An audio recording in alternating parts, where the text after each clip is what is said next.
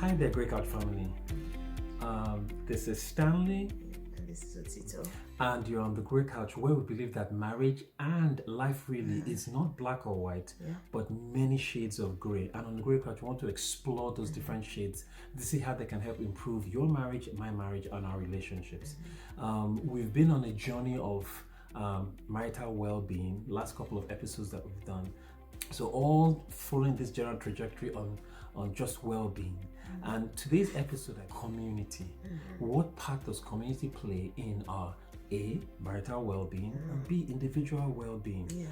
And I don't think we can overemphasize it enough, especially in the current day culture where you have thought that one person can do it all by themselves. A fallacy, a myth, and something that'll get you in trouble. There's strength in the community. You know, even the good book says that a threefold cord is not easily broken. You know? But anyway, I'm getting ahead of myself. How did we start on this path to community? It would really grow organically.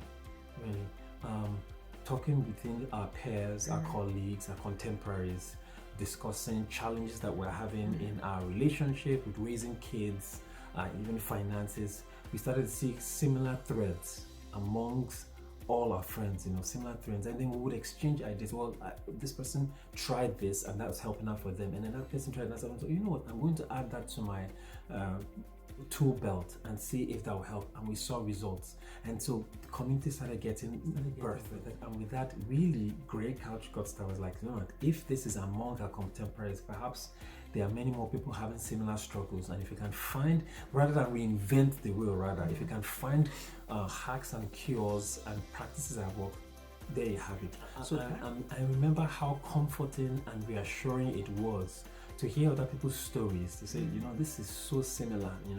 The tendency to think that there's something wrong with you, or that you are doing it all incorrect, you're messing things up, but then hearing something that they had similar stories, you're like, okay, I'm not a lost cause, you're not a lost cause either.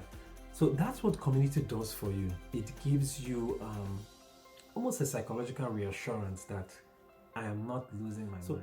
If community has all these fringe benefits, why isn't it shouted on the hilltops? Why don't we see more people talking about it? I can answer that question.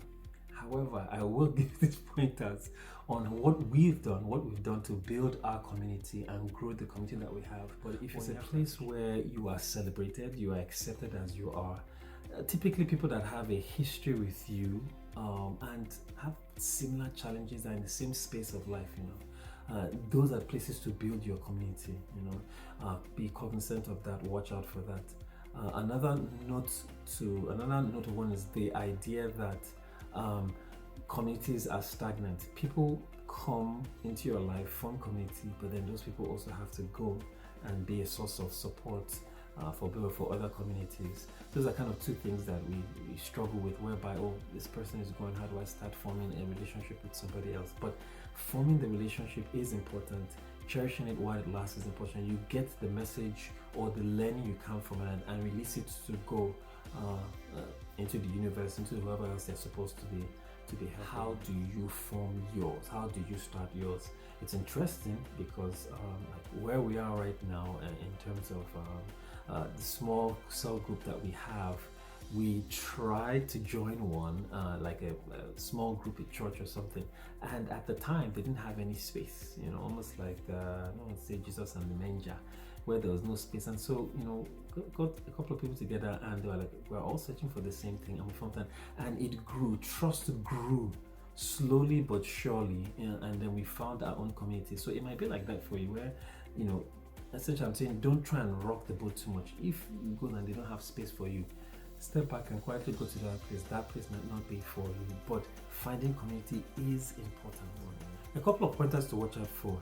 You want people that are not afraid to tell you the truth, even though it might hurt.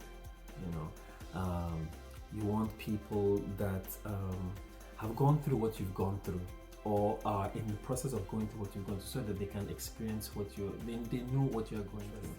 We think it's healthy for husbands to have their own community separate from their wives, and wives have their own community, and then joint communities where you're together as a couple.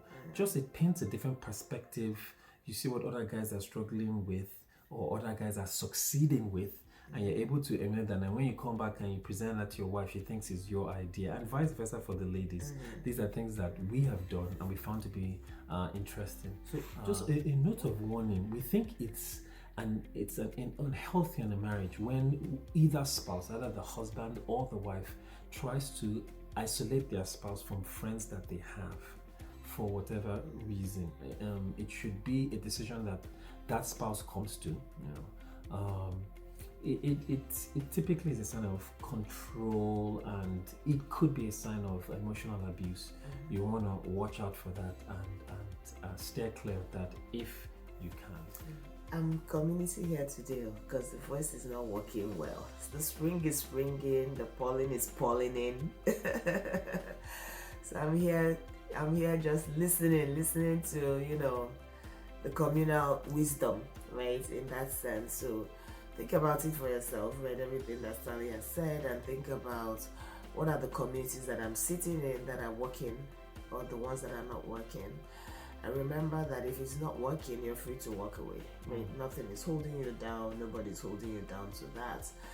Because in as much as we're saying community is helpful, community can also be harmful. So we don't want to forget that other side of it. And so you want to use discernment, right?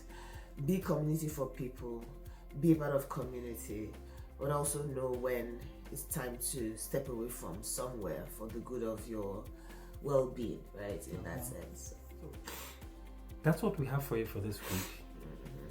If you have not registered for our webinar, it's going to be going on April 13th, 9 a.m. Eastern Time and 2 p.m. West African Time.